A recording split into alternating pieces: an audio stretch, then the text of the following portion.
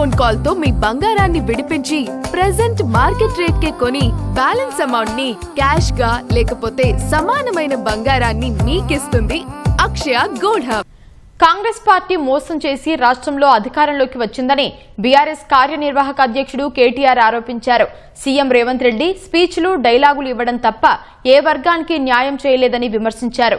తెలంగాణ భవన్లో కల్వకుర్తి నియోజకవర్గానికి చెందిన బీజేపీ కాంగ్రెస్ శ్రేణులు బీఆర్ఎస్ లో చేరారు. అందరికీ కండువా కప్పి పార్టీలోకి ఆహ్వానించిన కేటీఆర్ కాంగ్రెస్ అధికారంలోకి వచ్చాక రైతు బంధు సరిగా ఎందుకు రావట్లేదని ప్రశ్నించారు. యూరియా ఎందుకు దొరకట్లేదని నిలదీశారు.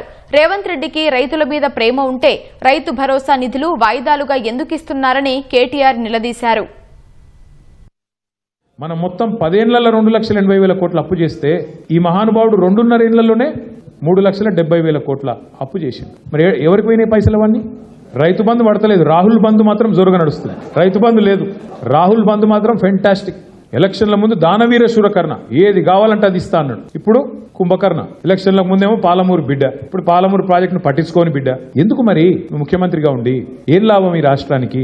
నీ నాగర్ కర్నూలులో నీ పాలమూరులో ఇలా రైతులు రోడ్డుకి ధర్నా చేస్తుంటే సిగ్గనిపిస్తలేదా? రైతు బంధు పడతలేదు. రైతుల ధాన్యం ఇవాళ రోడ్ల మీద తడిచి రైతులు ఏడుస్తుంటే బాధ అనిపిస్తలేదా? ఇంకా ఆయన అంటున్నాడు మేము తిడుతుంటేనంట ఇట్లా విమర్శ చేస్తుంటే ప్రజల పక్షాన ఆయనకు మా తిట్లు ఇంటుంటే ఆయనకు సాడిస్టిక్ ప్లెజర్ వస్తుందంట, పైశాచిక ఆనందం వస్తుందంట. ఏమనాలి ఆయన మేము ఇంకా